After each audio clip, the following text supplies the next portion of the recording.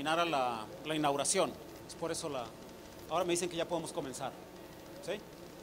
Bueno, pues muchas gracias por venir. Yo soy Gerardo Herrera Corral. Voy a hacer una presentación, espero que les guste. Tiene que ver con el origen de todas las cosas y comienza con esta reflexión que, como ustedes pueden ver, resume bastante lo que vamos a conversar, de lo que vamos a reflexionar el día de hoy, el origen de todas las cosas. Y como decía George Gamow, al universo le tomó menos de una hora hacer los átomos, de hecho algunos minutos hacer los átomos. Le tomó un poco más de tiempo, quizá 1.000 millones de años hacer las estrellas y los planetas, pero le tomó 5.000 millones de años hacer al hombre, y como todos sabemos, le tomó aún más hacer a la mujer. No necesitamos más que decir esto para estar claros. Entonces, en mi presentación es, por supuesto, muy breve si consideramos que el origen de todas las cosas se ha llevado 13.800 millones de años. Hace 13.800 millones de años que ocurrió algo excepcional, que es el Big Bang, la gran explosión donde se originó el espacio y el tiempo. De esto han pasado 13.800 millones de años, y sobre este origen de todas las cosas es sobre lo que vamos a conversar el día de hoy. La evolución del universo se puede describir de una manera muy resumida y definitivamente no a escala en este diagrama que ustedes pueden ver aquí, en el que, como les comentaba, han pasado 13.800 millones de años. Eso es lo que ha transcurrido desde el Big Bang, que ocurrió en este punto. Y por supuesto que los primeros instantes y los grandes sucesos del evento ocurrieron en tiempos muy cortos, en lapsos de tiempo extremadamente cortos, como pueden ver aquí, y luego están marcadas algunas fechas interesantes. En este diagrama se muestra, y irán viendo ustedes, algunas de las características del universo que han sido muy relevantes, aunque no necesariamente vamos a entrar en detalle. Una de esas cosas tiene que ver con la temperatura. Ustedes ven la temperatura que existía en el universo temprano, del orden de 10 a la 27, 10 a la 30 grados. Ya está lo mismo si son Kelvin o si son centígrados, ¿no? A estas temperaturas. Y después este universo se fue enfriando hasta tener la temperatura actual, que es de 2.7 grados Kelvin. Es decir, aproximadamente menos 270 centígrados, ¿no? Pegármelo más, ok. Entonces, el universo, como lo vemos actualmente, es extremadamente frío, menos 270 grados centígrados, es 2.7 grados Kelvin, es decir, 2.7 grados sobre el cero absoluto. Pero en esta historia del universo, a mí me gustaría señalar fechas especiales, y estas fechas especiales están marcadas aquí con estos círculos. Hay 7 círculos. No podremos comentar sobre todas estas etapas, pero sí me gustaría comentar por lo menos de manera general sobre algunos de estos. Entonces, déjenme comenzar marcando esas fechas con lo que sucedió de manera especial ahí. Estamos a 13.800 millones de años.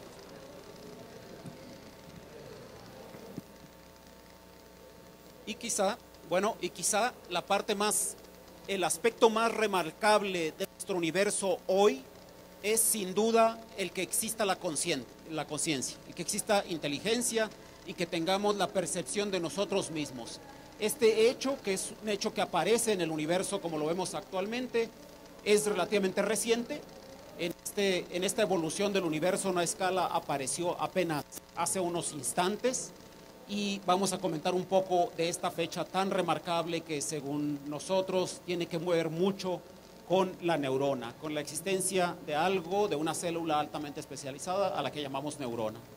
Pero hace casi 5.000 millones de años, hace 4.8 mil millones de años, que hubo una causa para esta conciencia, y que es la vida, el origen de la vida en el universo. Esto ocurrió cuando el universo tenía una edad de 10.000 millones de años, es el origen de la vida, y seguramente que todos estaremos de acuerdo en que el elemento fundamental de la biogénesis de la vida pues es la célula.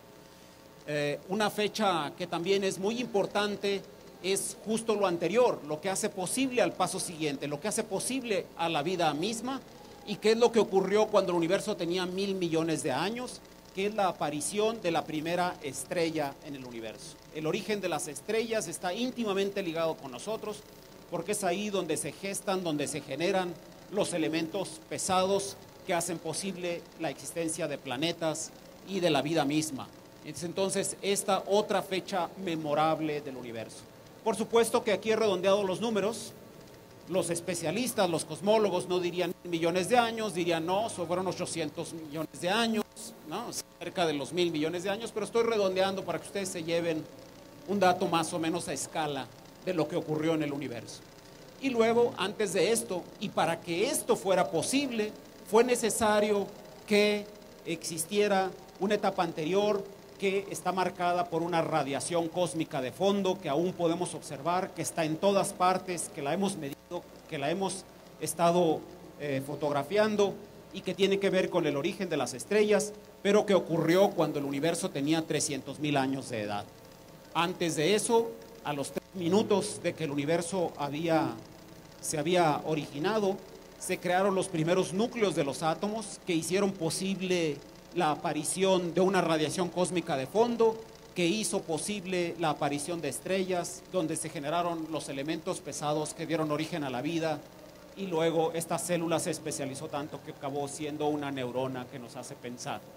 Todos estos hechos están concatenados y es algo fundamental en lo que hemos avanzado mucho, muy recientemente, que es en la naturaleza líquida del universo. Debió haber ocurrido cuando el universo tenía apenas 1 microsegundo de edad, y comentaremos, es uno de los aspectos más estudiados actualmente. El universo líquido es uno de los temas de estudio en el que personalmente me encuentro involucrado a través del experimento ALICE en el Gran Colisionador de Hadrones, así que casi que todo lo que estoy diciendo será como Pepito, ¿no? Las lombrices. Cuando llegue ahí, entonces ahí sí me arrancaré, porque ese es mi tema de estudio. Antes de el universo como un plasma de quarks y de gluones, ocurrió algo fundamental que tiene que ver con la existencia misma del universo, que es la inflación. Y esta inflación ocurrió cuando el universo tenía apenas 10 a la menos 35 segundos. Es decir, cuando el universo tenía .00035 ceros y un 1 de segundos de edad. Este fenómeno de inflación es también fundamental, y de esto también hemos aprendido mucho en los últimos 2 o 3 años, así que lo comentaremos. Y antes de eso, por supuesto, fundamental para que estemos acá, el tiempo cero, que tiene que ver con el Big Bang, que es la actual concepción que tenemos del origen del universo. Entonces vamos a ir rápidamente sobre estas fechas. La conciencia, pasaré muy rápidamente sobre estas, porque no da tiempo para describirlas todas a detalle y con todo lo fascinante que pueda haber alrededor de ellas, pero indudablemente que la conciencia es el aspecto más importante del universo como es hoy. ¿Y qué es la conciencia? Es la propiedad del espíritu humano de reconocerse en sus atributos esenciales y en todas las modificaciones que en sí mismo experimenta. No vamos a abundar mucho en el concepto mismo es todavía fuente de debate, se discute mucho sobre la definición de conciencia, pero creo que en términos generales esta es la definición que da la Real Academia de las Ciencias, y esta tiene que ver con esta célula altamente especializada a la que llamamos neurona. Estas son las definiciones que ustedes pueden encontrar en el diccionario de la Real Academia. Tiene que ver con algunas propiedades con las que sí todos los filósofos y científicos neurofisiólogos están de acuerdo, y es con el hecho de que la conciencia es algo que poseemos de manera muy privada. Nadie puede tener acceso a esa conciencia. La actividad mental a la que solo podemos tener acceso nosotros como propio sujeto, ese conocimiento reflexivo de las cosas, el que se pueda reflejar una cierta intuición o una cierta descripción de objetos y de nuestra conciencia misma, es un aspecto importante de la conciencia. Como decíamos, ¿qué está detrás? Por lo menos en el aspecto más científico, neurofisiológico de la conciencia, pues está esta entidad a la que llamamos neurona y que es una célula altamente especializada, que tiene todas las componentes de las células como las conocemos, pero que ha desarrollado unas capacidades impresionantes para transmitir señales eléctricas. A través de estos filamentos, a los que llamamos dendritas, se reciben estímulos químicos que se transmiten al cuerpo de la célula y luego por el axón se transmite una señal que se puede medir, que se está bien caracterizada y llega hasta la sinapsis, en la cual esta señal eléctrica es transmitida a otras neuronas. Entonces, esta célula tiene las dendritas que colectan las señales eléctricas, el cuerpo de la neurona que integra esa señal eléctrica, generando una señal de salida, y luego el axón que lleva esa señal a las dendritas de otras células y eventualmente de células especializadas que harán una función en los músculos o en los órganos del cuerpo, etc. Hay muchos tipos de neuronas, pero algo que llama mucho la atención sobre las neuronas es el hecho de que transmiten las señales eléctricas no como uno pensaría en un cable, y eso es uno de los mensajes que quiero dejar, porque todo el mundo piensa que son pequeños alambritos que están transmitiendo señales eléctricas. No es el caso. Las neuronas transmiten las señales eléctricas a través de un sofisticado proceso de reacciones químicas, y eso debería llamarnos la atención porque es algo extraordinario que ha desarrollado la naturaleza a través de los miles de billones de años de una manera extraordinaria. Ustedes lo que pueden ver aquí es un segmento del axón, que es esta parte alargada de la neurona, y en este axón se encuentra al interior un desbalance de cargas. Dentro de la neurona, los potenciales químicos son predominantemente negativos, y cuando hay un estímulo, entonces estos potenciales químicos cambian a través del intercambio de iones, básicamente de sodio y de potasio, que cambian ese potencial químico y que hacen por estas compuertas que ese exceso de cargas negativas vaya avanzando en la neurona, en el axón. Se puede ver aquí, hay estas compuertas que permiten el paso de iones de sodio y que permiten la salida, estas otras permiten la salida de iones de potasio que cambian el balance de cargas dentro del axón. Una animación de todos esos procesos químicos como están ocurriendo en la neurona se puede ver aquí. Ustedes pueden ver que las conexiones con otras neuronas o con otras células del cuerpo producen una señal, y ustedes pueden ver aquí abajo cómo se desarrolla ese potencial de acción.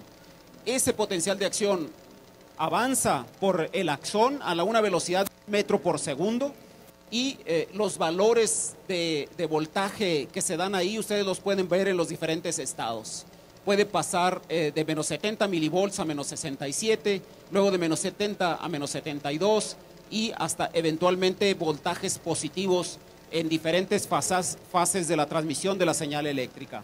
Estos procesos están siendo estudiados muy intensamente por los neurofisiólogos, pero es algo que yo quería señalar porque creo que es algo de lo mucho que hay en la naturaleza y que es fantástico, de cómo los organismos vivos han encontrado la manera de resolver problemas que no necesariamente son los que nosotros mismos hemos logrado. Es decir, no es la transmisión de señales en un cable de cobre, sino es la transmisión de una señal por complejos sistemas, procesos.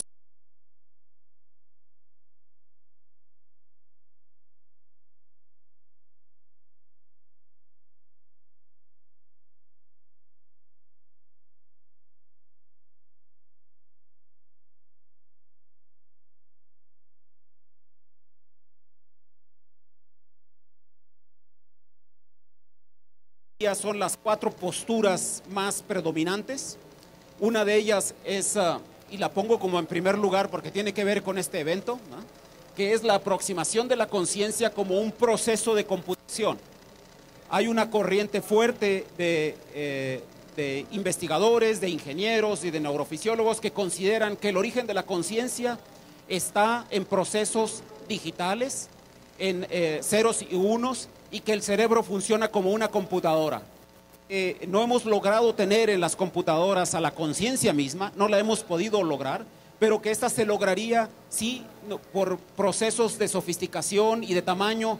En algún momento llegamos a tener la escala de los miles de millones de neuronas que tenemos en el cerebro y que entonces estas computadoras cobrarán conciencia, llegarán a tener la capacidad de sentir del dolor, la alegría y eventualmente a poder reflexionar sobre sí mismas. Esta es una de las posturas que es por supuesto fuertemente rechazada por otros que consideran que la conciencia es una consecuencia de procesos físicos que ocurren en el cerebro, eso es verdad, pero que eventualmente, si bien se puede simular, no es posible entenderlo para algunos.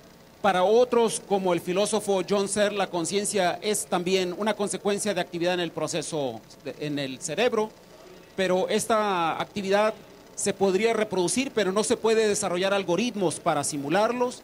Y luego la que es quizá más controversial es la postura de David Chalmers, un filósofo australiano, que considera que jamás podremos llegar a entender lo que es la conciencia y que debemos de entenderla en términos, aunque más físicos ni computacionales, no habrá manera de acceder a lo que es la conciencia.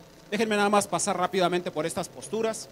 Algo que aquí debería de tener un realce, porque seguramente muchos de ustedes tienen inquietudes en computación, es la postura de la conciencia como un proceso digital.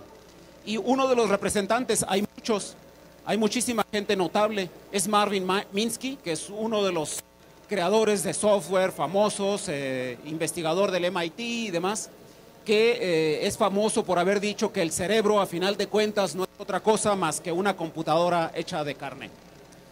Y algunos de ustedes ya deberán estar diciendo, como muchos de mis colegas de inmediato, no puede ser que el cerebro sea lo mismo que una computadora. Y muchos de los defensores de las otras posturas dicen no es posible que el fenómeno de reflexión se reduzca a estados de 0 y 1 que puedan ser reproducidos en una computadora. Pero algo que puede ser muy interesante para que ustedes se lo lleven es si piensan la posibilidad de que se pueda construir de manera electrónica en un pequeño chip un simulador de neurona. Y yo creo que todos estaríamos de acuerdo en que eso es posible. Les acabo de mostrar los diferentes niveles de voltaje que se dan a una neurona, que están bien medidos, que se pueden caracterizar de manera exacta con mediciones de diferentes estímulos, y no estamos muy lejos de poder producir un chip capaz de simular las reacciones de una neurona. Cuando este llegue a ocurrir, entonces imagínense ustedes que agarran a uno de estos chips y sustituyen a una neurona del cerebro por este chip. Entonces, en principio, no debería de ocurrir nada, ¿no? El cerebro debería de seguir funcionando como si nada hubiese ocurrido, porque este chip simula lo que la neurona que hemos quitado hacía. Y si seguimos con este proceso y vamos sustituyendo neurona por neurona en el cerebro, entonces deberíamos esperar que nada cambie. El cerebro seguirá pensando de la misma manera porque el chip que sustituyó a las diferentes neuronas sigue haciendo la función que éstas realizan. Podríamos entonces acabar con un cerebro hecho de chips, de neuronas electrónicas, que no ha perdido su capacidad de pensar y de tener conciencia. Ese es el argumento fundamental de la gente que considera que el cerebro no es otra cosa más que una computadora hecha de carne. Por supuesto que hay filósofos como John Searle que dice que es imposible pensar en la conciencia como una computadora. No voy a entrar en sus argumentos porque no me dará tiempo. Y sobre todo Penrose, que es uno de nuestros colegas porque es físico y es matemático y que se ha dado a estudiar mucho, de manera muy intensa, durante muchos años el problema de la conciencia. Él postula que hay fenómenos cuánticos en los tubos, microtubos que se encuentran en las neuronas, y que estos procesos cuánticos dentro de las neuronas son los que originan el fenómeno de la conciencia. Finalmente, David Chalmers, el filósofo del que les hablaba, pero también John Eccles, que murió, es un neurofisiólogo que ganó Premio Nobel de Medicina y uno de los fundadores, padres de la neurofisiología, que también consideraba que era imposible entender al fenómeno de la conciencia.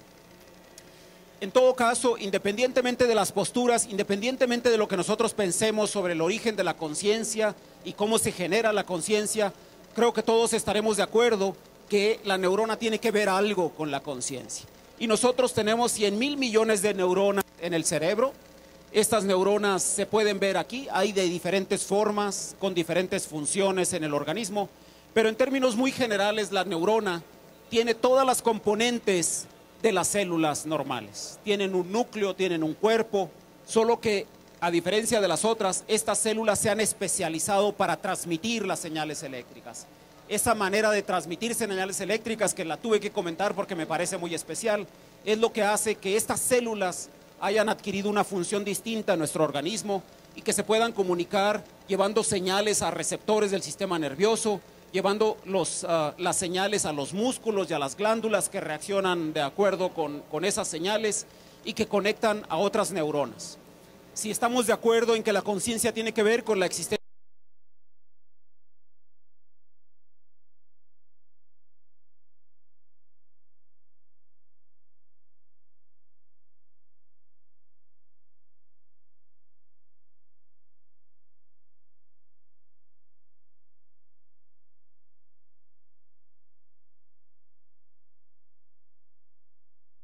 fundamental, pero en el fondo esta célula tiene a esta estructura que está ahí girando, que es el elemento fundamental de la célula, que son los ácidos grasos que forman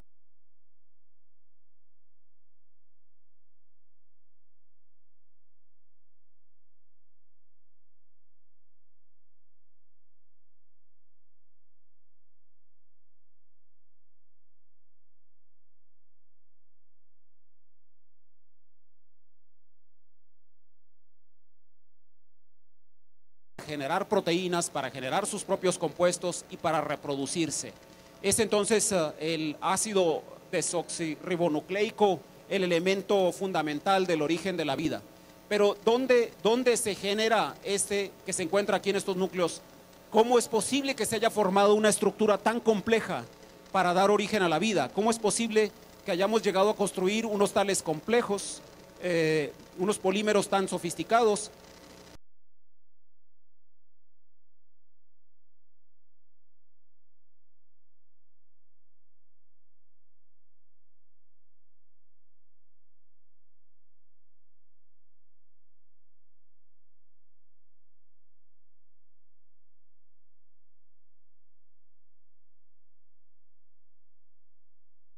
Tabla periódica es capaz de ligarse consigo mismo y de ligarse con otros elementos en una diversidad tan grande que resulta inimaginable. Se puede ligar en cadenas largas llamadas polímeros, como estas que vemos aquí. Esto es un polímero y este es otro, y se puede ligar con otros elementos para formar los bloques fundamentales.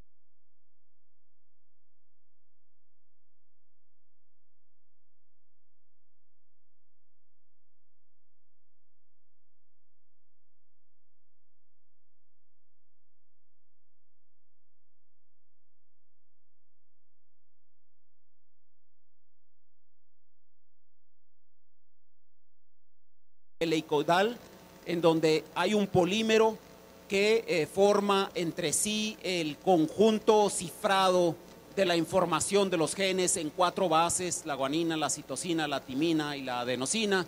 Y aquí está la estructura molecular de esas moléculas que están básicamente formadas a partir de azúcar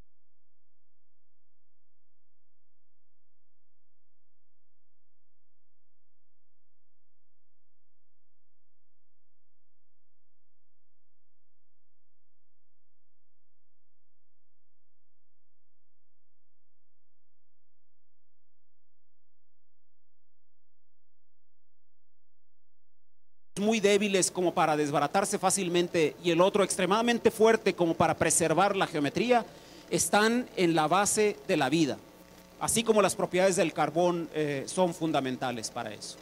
¿Cómo entonces, si el carbono está detrás y las propiedades químicas del carbono están detrás de la vida, cómo entonces se forma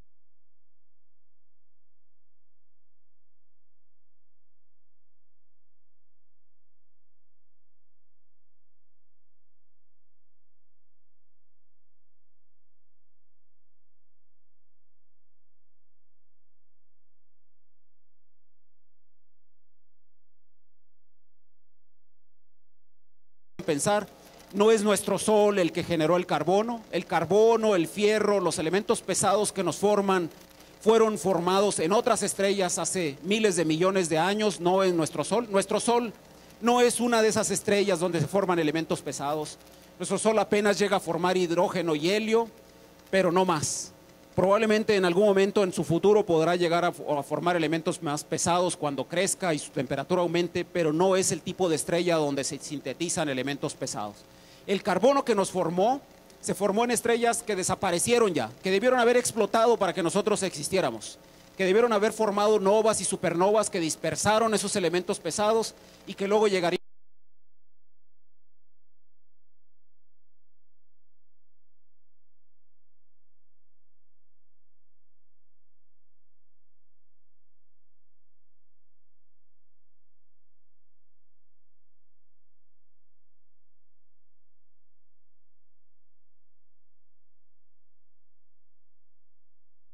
Y pasamos muy rápidamente sobre esta fase, pero esto es como sería, como es una estrella que sea 25 veces más grande que el Sol.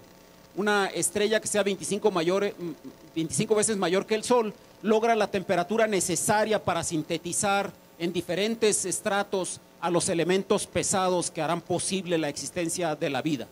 En el centro de una estrella así se encuentra un núcleo de fierro que se encuentra a 4,000 millones de grados centígrados y luego una capa de silicio para venir después el oxígeno, el carbono 12, el helio, y en la parte más superficial a solamente 20 millones de grados se encontraría el hidrógeno. Esta estructura eventualmente llegará a crecer tanto, se agotará su combustible y llegará a crecer tanto y a calentarse tanto que llegará a explotar en algo que conocemos como una nova o una supernova, dispersando a todos esos elementos pesados que darán forma a los planetas que nos darán origen a nosotros mismos. Voy a pasar sobre eso, nada más quiero pasar muy rápidamente sobre la formación del carbono 12. Dado que el carbono 12 es fundamental para nosotros, para la vida, ¿cómo es que se forma el carbono 12? Y en la formación del carbono 12 hay una controversia muy interesante que ha durado muchos años y que se las voy a comentar porque la deben conocer, porque está ahí en el centro de los debates filosóficos y los debates muy profundos que se siguen dando entre ciencia y religión y la manera como nosotros llegamos a estar aquí. La formación del carbono 12 tiene que ver con eso. ¿Y cuál es el punto? Bueno, en términos muy sencillos, en términos muy resumidos, los físicos pensamos que los elementos se debieron de haber formado como lo están viendo ustedes aquí. El hidrógeno se funde en el centro del Sol para formar núcleos de helio. El helio está formado por 2 protones y 2 neutrones, y ustedes pueden ver ahí cómo estos núcleos de helio se van juntando para ir formando los diferentes átomos. Cuando 2 núcleos de helio se juntan, forman el primer núcleo que está formado por 8 neutrones y 8 protones, que es el berilio 8, y luego si se le junta otro helio, pues ya forman el carbono 12, y luego si se le junta otro helio, pues ya forman el oxígeno, etcétera. Y así de simple como puede ser, ha sido un tema de estudio por mucho tiempo y tropezó por mucho tiempo en el carbono 12, justamente en el carbono que es la base de la vida. ¿Por qué? Porque resulta que para formar el carbono es necesario juntar a 3 núcleos de helio, y esto se hace en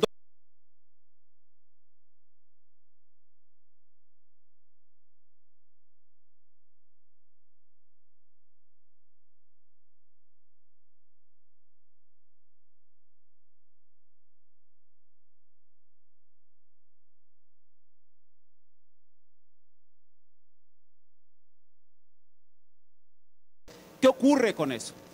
Que el berilio 8 es extremadamente inestable. El berilio 8 vive solamente 10 a la menos 17 segundos. Y en un tiempo tan corto es imposible que llegue otro helio para formar al carbono 12. Eso fue un problema enorme que los físicos no pudieron entender por mucho tiempo. Es decir, ¿pero cómo vamos a formar al carbono 12 si el berilio decae tan pronto? Antes de que llegue otro núcleo de helio, el berilio ya habrá desaparecido y de esa manera no podemos formar carbono 12.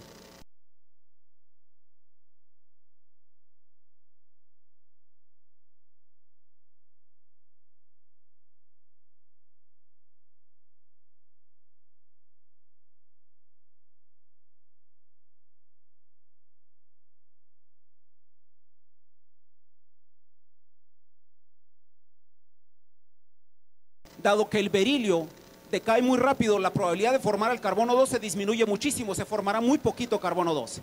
Pero ¿qué tal si existe una resonancia de carbono 12 que tenga una energía un poquito más grande, digamos de 7.6, para que al juntarlo con otro carbono 12, con el berilio me dé un carbono 12?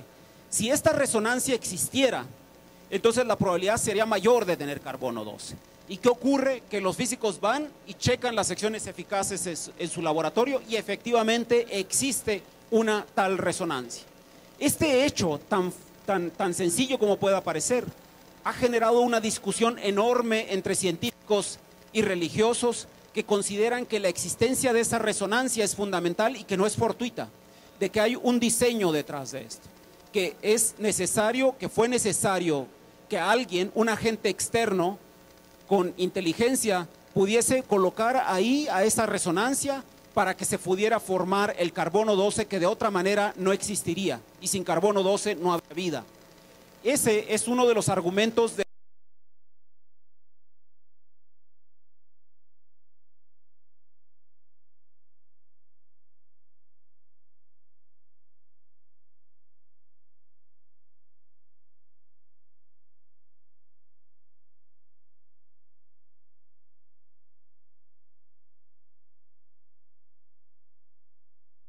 existe una resonancia. Lo más probable es que todo el carbono 12 que ya se formó terminará siendo oxígeno, todo se oxidará y el carbono 12 desaparecería del universo para dejar solamente oxígeno, que luego seguirá elaborando elementos más pesados. Afortunadamente, no existe ninguna resonancia que haga ese trabajo de aumentar la producción de oxígeno. Eso es lo que estoy tratando de decir aquí. Es lo más complicado que vamos a encontrar en la... No se preocupen, es lo más complicado que vamos a encontrar en la presentación. Pero ese nivel de oxígeno muy cercano a la suma del carbono, del carbono y del helio no tiene una tal resonancia, de tal manera que el carbono que se forma se preserva como tal. Y hay una abundancia enorme de carbono en el universo que ha sido fundamental para formar a los polímeros que dieron origen a las estructuras de la vida.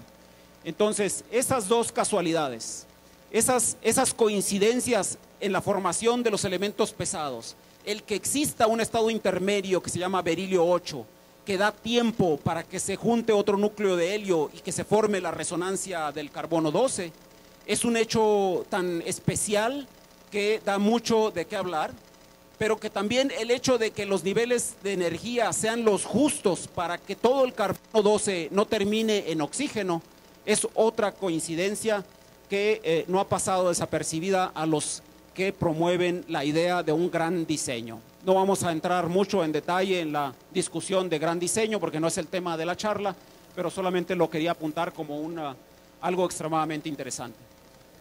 Pero ¿qué fue necesario para que se formaran las estrellas? Si las estrellas son fundamentales para formar el carbono 12 que da origen a la vida, ¿qué fue lo que hizo que se formaran estrellas?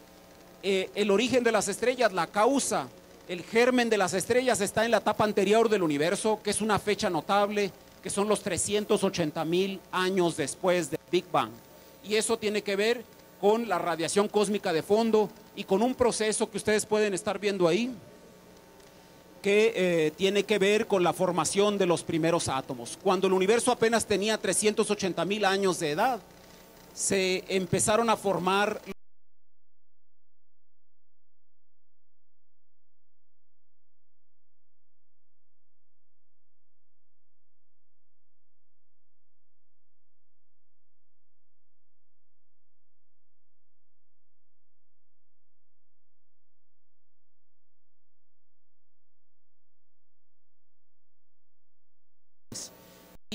cuando el universo se enfrió, cuando solamente tenía 3.000 grados centígrados de temperatura,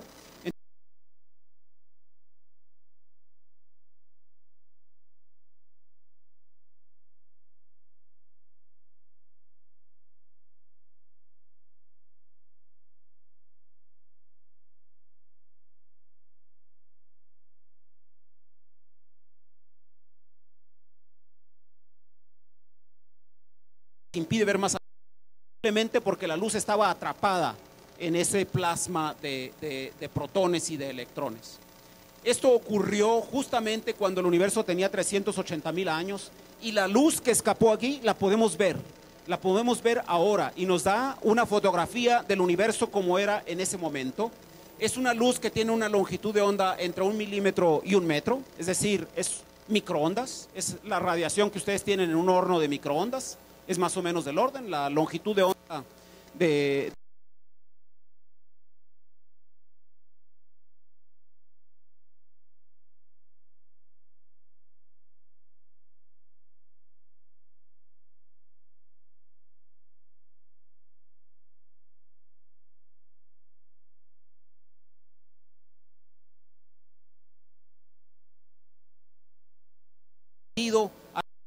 originalmente al principio de la charla a tener 2.7 grados Kelvin, es decir, menos 270.4 grados centígrados. Esa es la temperatura del universo actualmente. Eso es lo que debió haber ocurrido en las primeras etapas. Este es un video que muestra, no está corriendo, ya había corrido, pero que muestra la formación de los protones y de los neutrones en el fenómeno de recombinación que les quería mostrar aquí. Corre.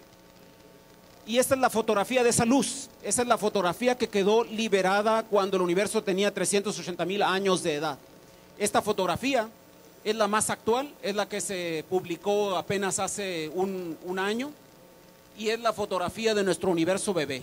En este tiempo el universo tenía 380,000 años. Si ustedes calculan 380,000 años, es decir, eso no es un bebé, pero si consideran que el universo tiene 13,800 millones de años, pues entonces ya se darán cuenta que esto equivale a las primeras 4 o 5 horas de un bebé cuando la persona tiene 80 años. Es como estar viendo la fotografía, es como que una persona de 80 años esté viendo la fotografía cuando él tenía apenas 4 horas de vida. Estamos viendo entonces al universo cuando este era un bebé. Y lo que estamos viendo ahí es esa luz que les acabo de mostrar. Es la luz que escapó en el momento en el que el universo se hizo transparente y pueden ver que hay mayor intensidad en unos puntos y hay menos intensidad en otros. Es una especie de distribución de temperaturas y entre los puntos rojos y entre los puntos azules hay 0.0002 grados centígrados de diferencia. A esa precisión hemos podido fotografiar el universo cuando era un bebé. Esta ha sido, para que ustedes lo entiendan, cómo es posible que se pueda hacer una tal fotografía. Les he preparado aquí estos slides que muestran que en realidad nosotros siempre estamos viendo al pasado, ¿no? Cuando ustedes voltean a ver a su amiga, estamos viendo realmente lo que ocurrió con ella hace 2 años.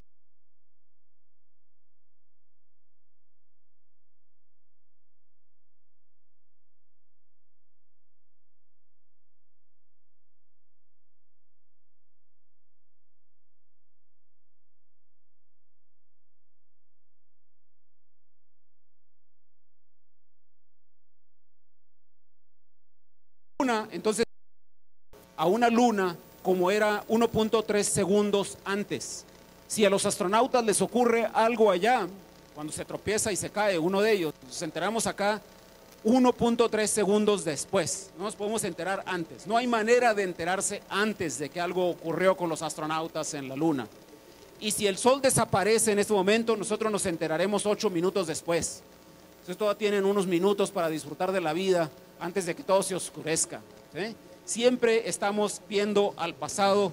Si ahora nos vamos y nos brincamos y miramos al cielo lo suficientemente lejos, entonces veremos al universo 13,400 millones de años atrás y veremos esa fotografía que les acabo de mostrar. Eso es lo que ustedes verían.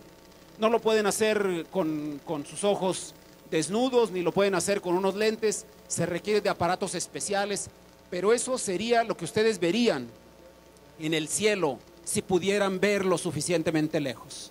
Entonces, es una buena analogía de lo que significa la fotografía del universo temprano. Es ver al universo cuando este tenía 380,000 millones de años, 380,000 años, es decir, hace 13,400 millones de años. ¿Sí? Mirar al espacio es siempre mirar al pasado, por esto que les acabo de mostrar. Si ustedes ven al sistema solar, si ustedes ven las partes más alejadas del sistema solar, pues estarán viendo 14 horas en el pasado, ¿sí? Pero si ven a las estrellas de nuestra galaxia, la Vía Láctea y algunas estrellas que se encuentran cerca de la nuestra, pues están viendo decenas de miles de años luz en el pasado. Es el tiempo que tarda la luz en llegar hasta nosotros.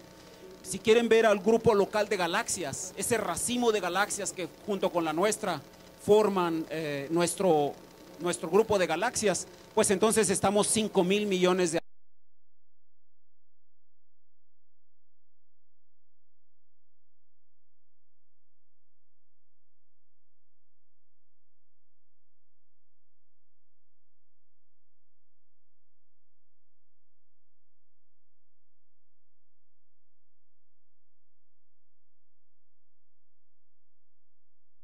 Sí, Big Bang. Esto es un recuento histórico de esa fotografía, no me voy a detener, pero esta es la primera fotografía en 1965, cuando pensábamos que era uniforme, que el universo tenía 2.7 grados Kelvin en todo el firmamento, y entonces la fotografía del universo se veía así en 1965. En 1992, un satélite famoso, el COBE, nos dio por primera vez una imagen más precisa del universo, del firmamento, y los que vivimos es momento para presenciarla. Nos sentimos privilegiados porque somos la generación que ha llegado a ver con sus propios ojos cómo era el universo cuando este tenía 380,000 millones de años. Ustedes son privilegiados porque aunque ustedes no vieron llegar al hombre a la luna, sí vieron esta fotografía del universo temprano, que ojalá que a partir de hoy les diga un poco más de lo que les había dicho hasta el momento. En 2003, una misión satelital volvió a tomar una fotografía mucho más precisa, cada vez más fina, de estas fluctuaciones de temperatura en el firmamento, y apenas el 21 de marzo del año pasado se obtuvo una fotografía con una mucho más alta resolución que nos da las pequeñas diferencias de temperatura que se dan en el universo muy, muy temprano. ¿Qué tiene que ver eso? ¿Qué tiene que ver esta fotografía con las estrellas? Pues eso nos está mostrando muy claramente cómo es que se formaron las estrellas. Porque para que se hayan formado las estrellas fue necesario que el firmamento no fuera uniforme, que hubiera irregularidades, que hubiera diferencias. Si el firmamento fuera uniforme, jamás se hubieran formado estructuras que se hubieran agrupado por gravitación para formar estrellas que fueran a producir el carbono que nos daría origen. Es importante entonces que en el firmamento hayamos encontrado un universo que no es uniforme, que tiene esas irregularidades. Y en esta fotografía les estoy mostrando qué es lo que significa. Significa que la luz escapa aquí y que escapa con estas irregularidades que son las que vienen a formar estas diferencias de escala en el universo. Esto viene a dar origen a nebulosas que luego forman estrellas, forman astros y planetas. Es gracias a esas irregularidades que hemos podido ya medir y fotografiar que nosotros estamos aquí. ¿Y qué tiene que ver esto? ¿Cómo es que se formó esto? Nos debe de llevar al paso anterior, que tiene que ver con la formación de esos núcleos. Porque sin la formación de los primeros protones y núcleos de helio que atraparon a los electrones para que dejaran libre a esta luz que forma la radiación cósmica de fondo, pues no sería posible una tal irregularidad en el firmamento. Entonces, esto nos lleva a los primeros 3 minutos en la evolución del universo. Durante los primeros 3 minutos se formaron los núcleos de hidrógeno, los núcleos de deuterio, los núcleos de helio, que darían origen a esta estructura irregular muchos años después. Estos núcleos actualmente sabemos que están formados por quarks.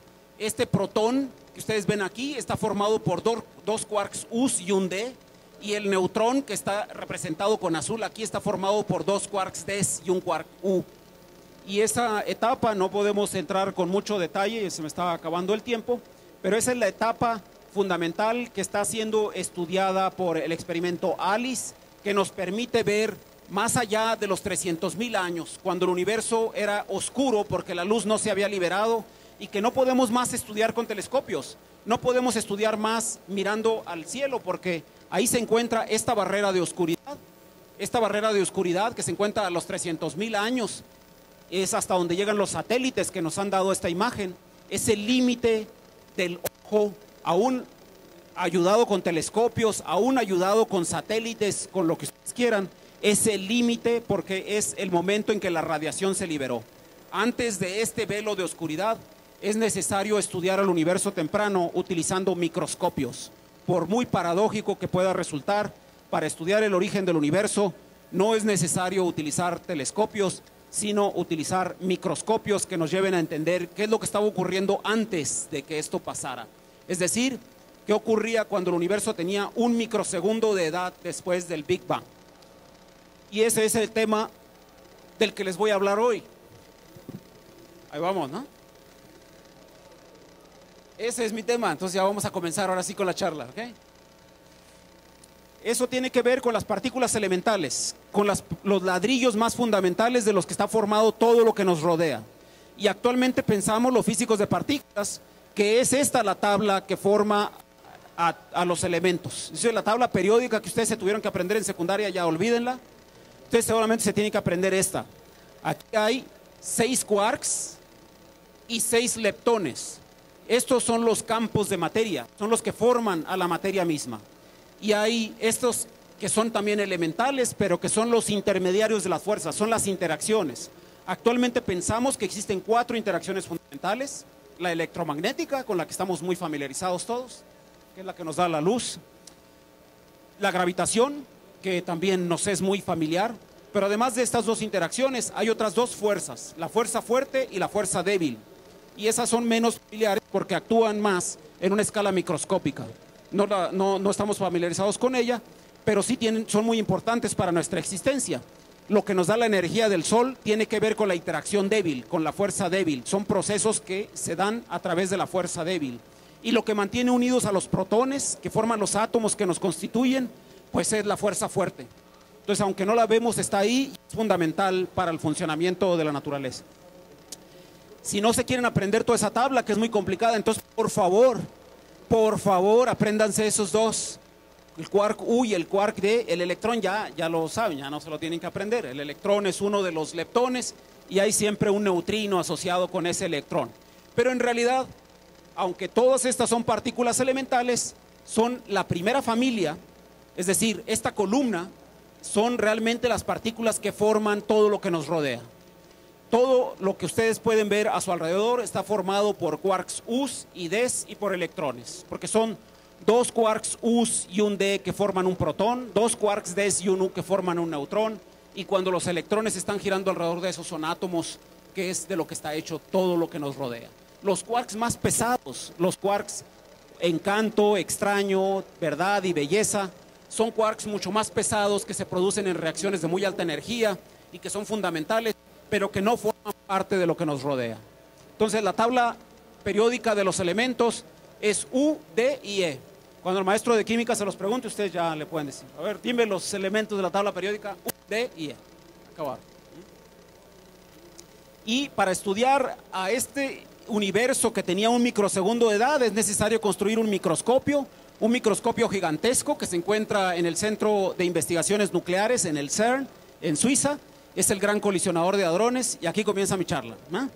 Que los mexicanos hemos estado trabajando en uno de los 3 grandes experimentos del Gran Colisionador de Hadrones, en particular en el experimento ALICE, que está aquí. Se encuentra del lado francés, porque es un anillo de 27 kilómetros de perímetro, que se encuentra a más de 100 metros por debajo del nivel del suelo, y es el acelerador más grande que ha construido el ser humano, con la mayor energía posible, que se dedica a acelerar protones en una dirección del anillo, protones en la dirección contraria, y hacerlos que choquen en un punto.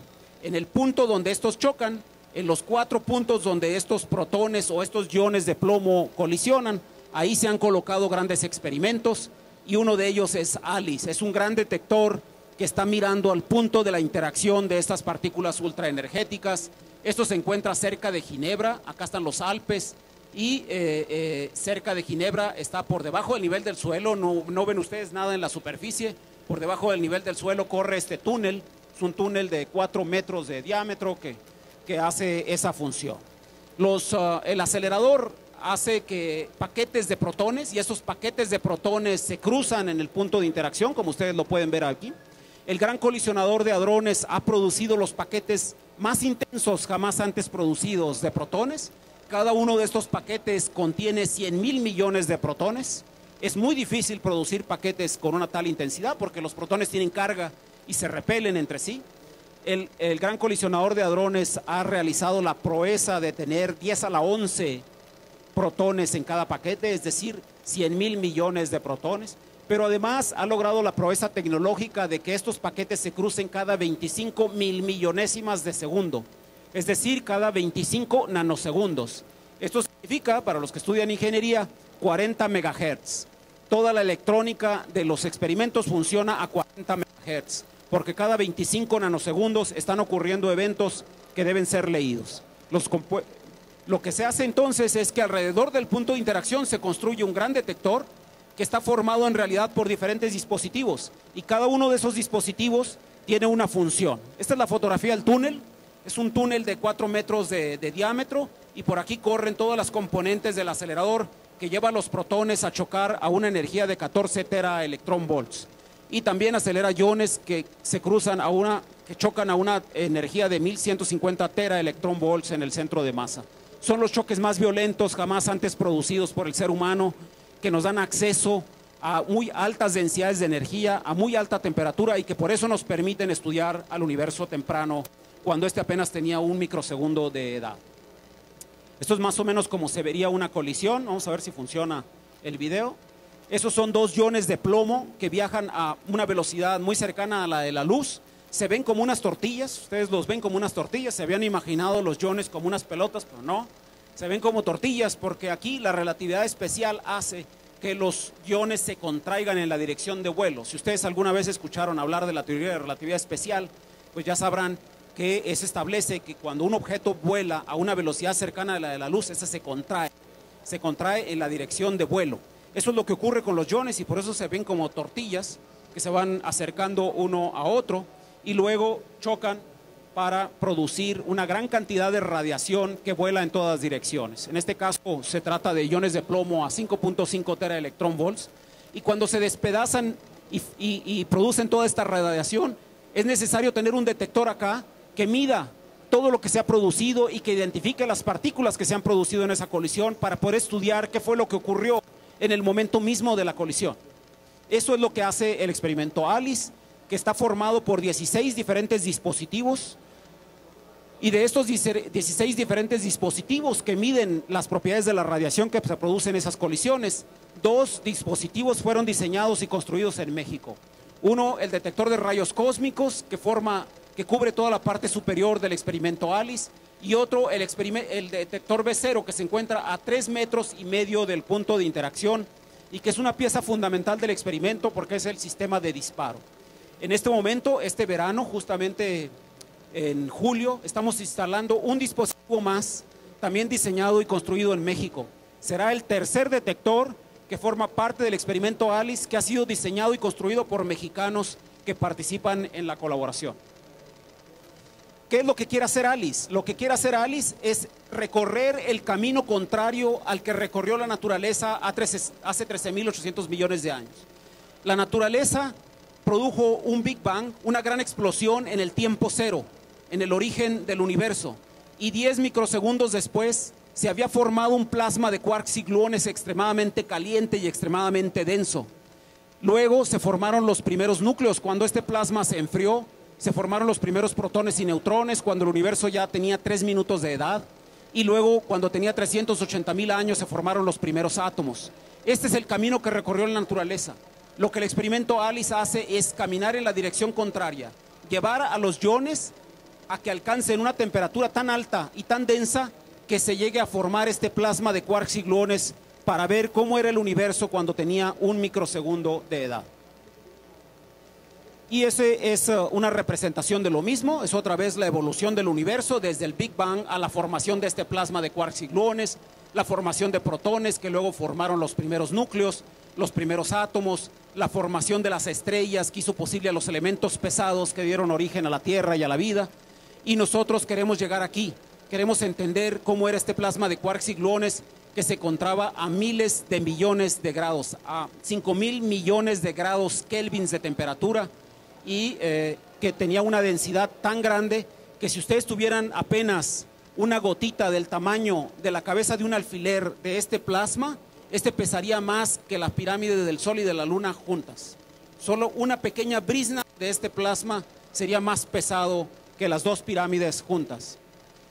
Entonces, el experimento ALICE quiere entender esto, y solamente para darles una probadita de lo que estamos haciendo en ALICE, una de las cosas que nos interesan mucho de este plasma de quarks y gluones es ver si esa radiación que se produce en la colisión se dispersa de esta forma o se dispersa de esta forma. Así de sencillo se las voy a poner, ¿eh? Si se dispersa de esta forma, ustedes ven claramente una asimetría. Ustedes ven que no se distribuye la radiación de una manera esférica, sino que vuela de manera preferente en una cierta dirección. Y a este arreglo, a esta distribución de radiación, la llamamos distribución elíptica. Decimos que la energía se propaga en una dirección preferente, en una dirección que le dan una forma elíptica a la interacción. Si por el contrario lo hace de esta forma, de una manera simétrica, entonces nosotros podemos saber que se trata de un estado de gas o de líquido. Podemos saber que si la distribución es isométrica como esta de aquí, entonces lo que estamos viendo en el plasma se encuentra en un estado gaseoso. Sin embargo, si la distribución no es uniforme, si se encuentra distribuida de manera elíptica, entonces lo que estamos viendo, ese plasma de quarks y gluones, es un líquido. Y lo que hemos podido observar hasta la fecha, no voy a entrar en detalles técnicos, es que el universo, cuando tenía 1 microsegundo de edad, era en realidad un líquido. Esto es lo que parecen mostrar las primeras mediciones de ALICE. No es todavía algo contundente, porque es necesario estudiar más propiedades de este plasma de quarks y gluones, pero las primeras mediciones parecen mostrarnos a un universo temprano líquido. Pero este líquido, les voy a mostrar aquí un video. No corre. Bueno, ese líquido es el que debió haber dado origen a la siguiente fase en nuestra secuencia de búsqueda de causas, y es esto de una fundamental importancia. A ver si corre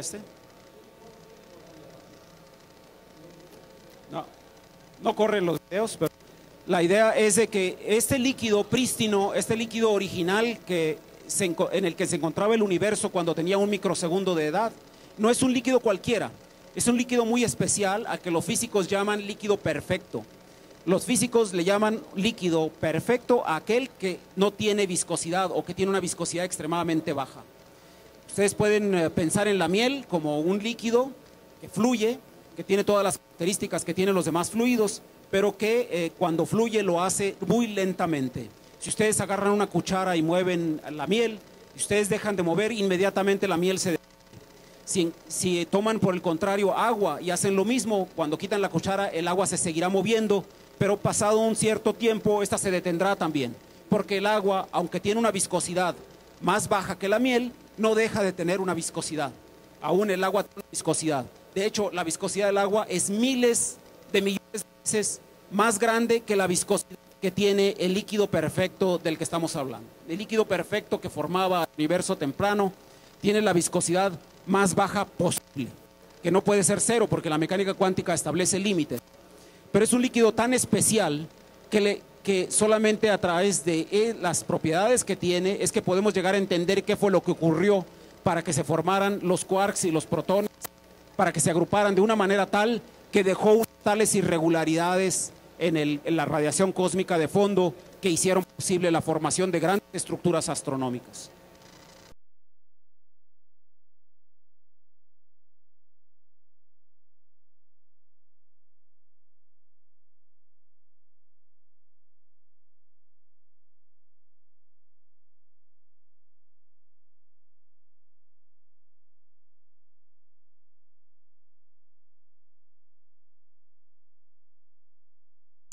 Que son mucho más cortos que un parpadeo, mucho más breves que un suspiro, porque se trata de 35 segundos. Es el momento mismo de la inflación.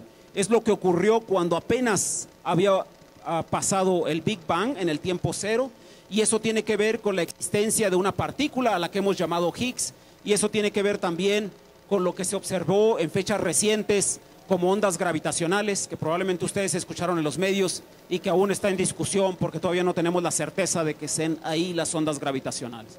Ya no voy a entrar mucho a detalle porque se me está acabando el tiempo. Debe nada más comentar qué es esto de la inflación.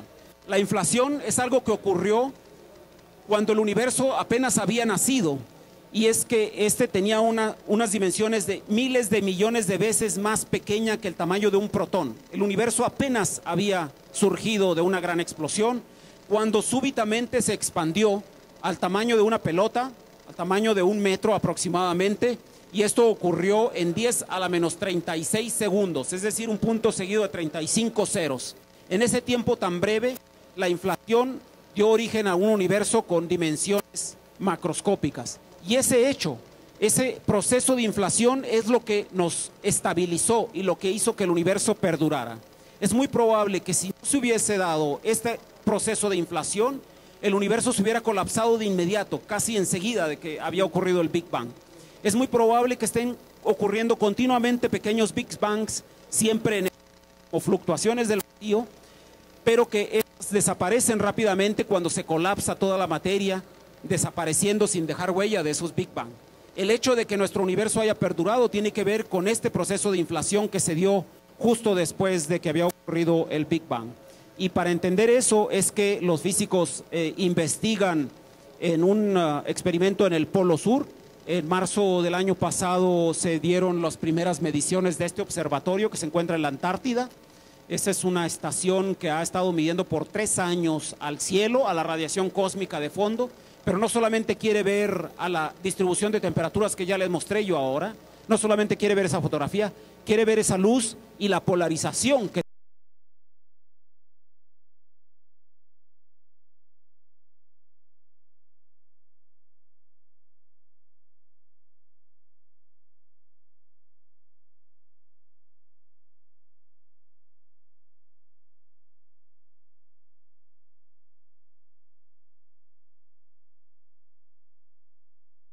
de la inflación, y sería la primera evidencia de que una tal cosa ocurrió, de que la inflación realmente existe y que es capaz de producir ondas gravitacionales que viajan por el universo y que deforman el espacio-tiempo así.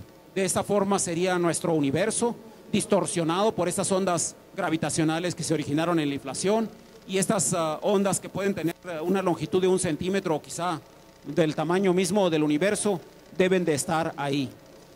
Otra cosa que es fundamental para entender el proceso de inflación es el Higgs, del cual ya no me da tiempo de hablarles, pero que es la partícula que estaba faltando en la tabla periódica de los elementos que les mostré anteriormente. Ustedes solamente se aprenderán esta, pero esta partícula es fundamental porque es el campo que interacciona con todas ellas y qué es lo que les da la masa, qué es lo que les da resistencia a moverse, les produce inercia, y que es muy probablemente este campo escalar de Higgs el que hizo posible a la inflación, el que provocó la inflación, el que dio origen al fenómeno de la inflación. Este campo de Higgs es uno de los más recientes desarrollos, es un campo escalar del que no hablaremos más en esta ocasión, pero que es otro de los grandes hechos fundamentales en estas fechas memorables del desarrollo del universo, y de esa manera llegamos al Big Bang, al tiempo cero, del cual ya no diré mucho, porque del cual se habla mucho. Solamente quiero cerrar con estas palabras del poeta René Char: no pertenecemos a nadie, sino al punto luminoso de esta lámpara desconocida por nosotros, inaccesible a nosotros, que mantiene despierta la valentía y el silencio. Gracias.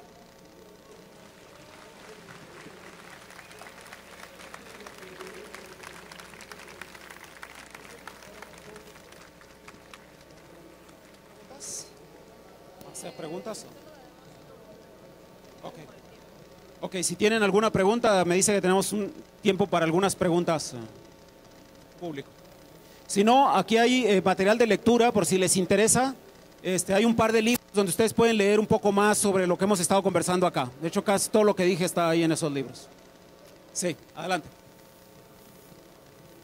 Bueno, ya en el colisionador de hadrones hablas de que están chocando dos como placas de un elemento en específico. ¿Cuál era?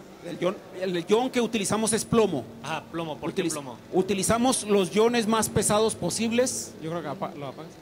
Utilizamos los iones más pesados posibles porque entre más pesado el ion, podemos lograr densidades de materia más altas y temperaturas más altas que nos permitan ir más temprano en el universo. Nosotros queremos llegar lo más cerca del Big Bang posible. Y llegar lo más cerca del Big Bang significa temperaturas cada vez mayores y densidades de materia cada vez más altas. Entonces utilizamos los iones más pesados posibles. Por supuesto que deberíamos utilizar uranio, pero técnicamente es muy difícil acelerar iones de uranio. Entonces utilizamos los iones más pesados posibles, técnicamente posibles. Ok. Acércatelo. Mi pregunta es acerca de la imagen que se tomó de los 380.000 años. Quiere decir que las partículas que nos generaron a nosotros, las partículas que...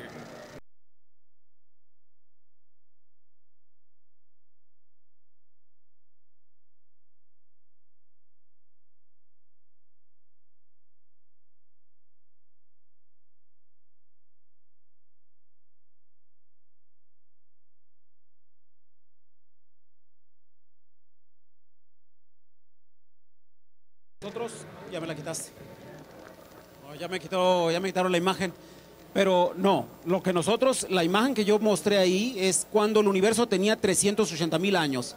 Es decir, que estamos viendo 13.4 mil millones de años, ¿no? 13.400 millones de años. Nosotros podríamos ver la luz si el universo no se fuera expandiendo a una velocidad acelerada. Podríamos ver un círculo de 13.800 millones de años de luz que ha llegado desde que se originó el universo hasta nosotros. Más allá de eso ya no podemos ver, pero esta todavía está ahí. Esta se originó 13.400 millones de años. Hay 400.000 años que permiten todavía que esa luz llegue hasta nosotros. Buenas tardes. Mencionabas que el universo tiene una forma. Quiere decir que el universo, o sea, vivimos como si fuera en una esfera, y más allá no hay conocimiento de qué hay más. O sea, mencionabas que está la oscuridad total, o algo así mencionaste. Bueno, a ver, sobre la forma del universo hay muchísima discusión y hay muchísimas investigaciones. Es difícil decir cuál es la forma del universo, porque necesitamos entender y medir algunas cosas, como por ejemplo la constante cosmológica, que debemos determinar que es una especie de densidad del universo y que nos daría información de qué forma pueda tener el universo. Sobre eso es un tema muy amplio que podríamos abordar en otra ocasión. No sabemos exactamente cuál es la forma que tiene el universo, pero hay diferentes modelos y el más sencillo quizá es de una esfera en expansión o espacios negativos, del cual ya hablaremos en otra ocasión. En todo caso, lo que nosotros podemos ver, como decía ahorita compañero, es que la luz, nosotros podemos ver solamente la luz que llega hasta nosotros, y es una luz que estuvo viajando por ahí a lo más 13.800 millones de años, porque es el tiempo que tenemos como tal, ¿no? Entonces, el universo observable, así decimos, el universo observable es una esfera, pero ese es un universo observable. Más allá de eso no sabemos qué hay y no lo sabremos nunca. No lo sabremos nunca porque no hay manera de que la información nos llegue. Nos faltó tiempo para eso, ¿no?